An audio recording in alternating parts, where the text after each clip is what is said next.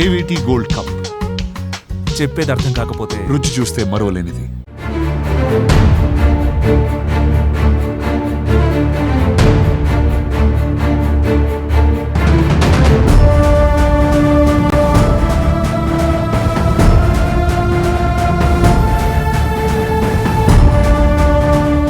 ఒంటిపై ఒకటి కాదు రెండు కాదు ఏకంగా 27 కత్తిపోట్లు. రక్తం మడుగులో ప్రాణాలు కోల్పోయిన ఒక విద్యాసంస్థ ప్రిన్సిపల్, అక్షరాలు దిద్దించి భవిష్యత్తును తీర్చిదిద్దవలసిన గురువుకే అత్యంత పాశావిక మరణం. నల్గొండ జిల్లా కొండమల్లెపల్లిని ఉలిక్కిపడేలా చేసిన ప్రిన్సిపల్ రూపారెడ్డి హత్య కేసు ఇప్పుడు యావత్ తెలుగు రాష్ట్రాన్ని దిగ్భ్రాంతికి గురిచేస్తోంది. అయితే ఈ కేసులో మరో ట్విస్ట్ వెన్నులో వణుకు పుట్టిస్తోంది. ప్రిన్సిపల్ని ఇంత దారుణంగా చంపింది విద్యార్థులే అనే షాకింగ్ ట్విస్ట్ ఇప్పుడు ఆశ్చర్యానికి గురిచేస్తోంది. నల్గొండ జిల్లా కొండమల్లెపల్లి మండల కేంద్రంలోని జేబీ కాలనీ ఈ నెల 11వ తేదీ ఎప్పటిలాగానే మొదలైన ఆ రోజు కాసేపట్లోనే భయానక విషాదంగా మారింది. Nagarjuna public school principal K Rupa Reddy తన ఇంట్లోనే విగతజీవిగా పడి ఉన్నారు. స్థానికులు, కుటుంబ సభ్యులు లోపలికి వెళ్లి చూసేసరికి ఆ దృశ్యం చూసి గుండెలు పగిలిపోయాయి. రూపారెడ్డి శరీరం పైన విచక్షణారహితంగా దాడి చేశారు. పోస్టుమార్టం మరియు ప్రాథమిక పరిశీలనలో ఆమె శరీరం పైన ఏకంగా దాదాపు 27 కత్తిపోట్లు ఉన్నట్లు వెలుగులోకి వచ్చింది. కేవలం చంపడమే కాదు, ఆమెపై విపరీతమైన కక్షతో, పగతో దాడి చేసినట్లు ఆ గాయాలే స్పష్టం చేస్తున్నాయి. అయితే ఘటనా స్థలానికి చేరుకున్న క్లూస్ టీమ్, డాగ్ స్క్వాడ్కు విచారణలో పెద్ద షాక్ తగిలింది. ఎందుకంటే హంతకులు ఎంతో పకడ్బందీగా ప్లాన్ చేశారు. హత్య చేసే సమయంలో వాళ్ళు చేతులకు గ్లౌజులు ధరించడంతో క్రైమ్ సీన్లో వేలిముద్రలు లాంటి బలమైన ఆధారాలు పెద్దగా లభించలేదు. నిందితులు ప్రొఫెషనల్ కిల్లర్స్లా వ్యవహరించడం పోలీసులకు పెద్ద సవాలుగా మారింది.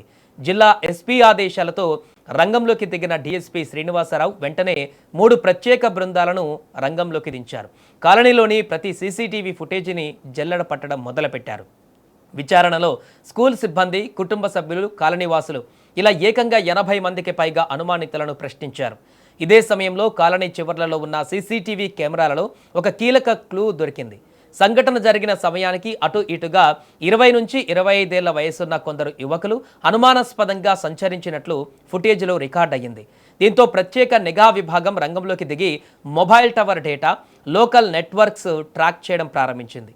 ఆ విచారణలో కొండమల్లెపల్లి మండలంలోని 2 తండాలకు చెందిన యువకులపై పోలీసుల అనుమానం బలపడింది. పోలీసుల నిఘా నిజమైంది. మంగళవారం నాడు ఇబ్రహీంపట్నం సమీపంలో 3 అనుమానితులను పోలీసులు చాకచక్యంగా అదుపులోకి తీసుకున్నారు. వారిని విచారించగా బయటపడ్డ నిజాలు పోలీసులను సైతము నివ్వెరపోయేలా చేశాయి.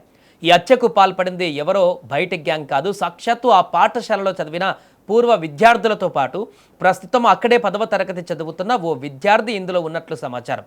గురువుగా భావించవలసిన ప్రిన్సిపాల్ పైన ఇంతటి కక్ష పెంచుకోవడానికి అసలు కారణం ఏంటి అనే కోణంలో ఇప్పుడు పోలీసులు దర్యాప్తు చేస్తున్నారు. ఇక పోలీసుల ప్రాథమిక విచారణలో ప్రధానంగా 2 కోణాలు తెరపైకి వచ్చాయి. మొదటిది దోపిడీ కోణం. హత్య తర్వాత రూపారెడ్డి ఇంట్లో ఉన్న సుమారు 4 లక్షల నగదు మాయమైనట్లుగా గుర్తించారు. జల్సాలకు అలవాటు పడి సులభంగా డబ్బు సంపాదించాలనే దురాశతో విద్యార్థులు ఈ దోపిడీకి ప్లాన్ చేశారా? ఇక రెండవది తీవ్రమైన కక్ష. కేవలం డబ్బు కోసమే అయితే 27 సార్లు కత్తితో ఎందుకు పొడవాలి?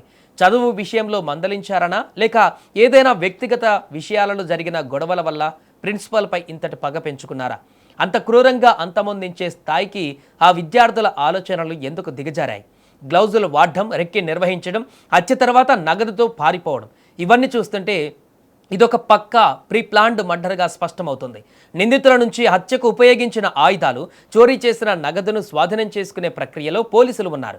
ఈ కేసులోని పూర్తి వాస్తవాలను, అసలు కుట్ర కోణాన్ని పోలీసులు అధికారికంగా ప్రెస్ మీట్ ద్వారా వెల్లడించనున్నారు. ఏదేమైనా సమాజంలో గురువు స్థానం ఎంతో పవిత్రమైనది.